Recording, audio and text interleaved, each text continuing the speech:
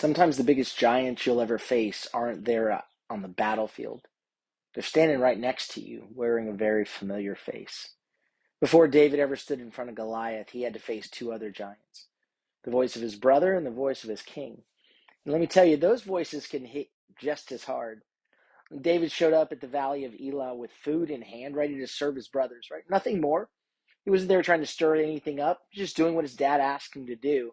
By the way, one of the things I love about the story of David and Goliath is that David didn't show up there in order to slay a giant. He just showed up to serve. Because he was faithful in the little things, God trusted him with something big. When David shows up, he's excited at first, undoubtedly, but then he's stunned. He hears Goliath shouting across the valley, mocking God, and something rises up within him, a righteous anger, courage, faith.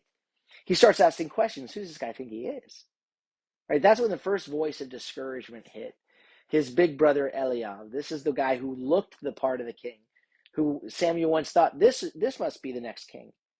Right? And Eliab, he lets David have it. He says, why are you even here? What happened to those few sheep that you're supposed to be watching in the desert? I know how arrogant you are. You just came out here to watch the show. It's his big brother. It's not just a casual jab. That's personal. That's a voice of someone who's bitter, someone who's projecting their own fear onto you. You ever had that happen? You step out with even a little courage and suddenly someone close to you starts tearing you down?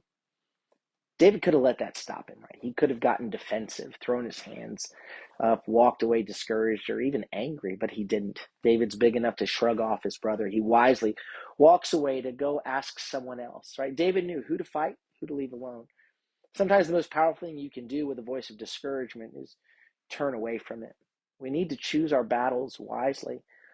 If you're not careful, you'll find yourself fighting your battles with other members of the family, other members of God's family, while the enemy, Goliath, still roams around our territory getting victory after victory.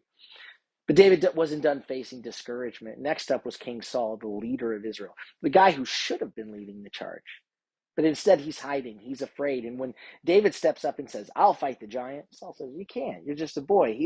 He's been a warrior since he was your age.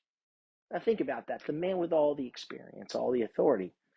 He looks David in the eye and says, you're not enough. And again, David could have folded.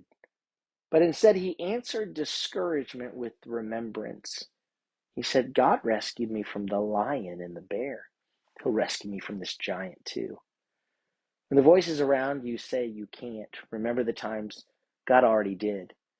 That's how you silence the giants of discouragement, not by shouting back, but by remembering and leaning on God's faithfulness. What voices are trying to keep you small? Don't let them define your limits. Lord, what are you calling me to do? Who do you say that I am, right? Like David, remember what God has already done for you. Turn away from discouragement, walk forward in obedience, and trust that the same God who did it before will do it again.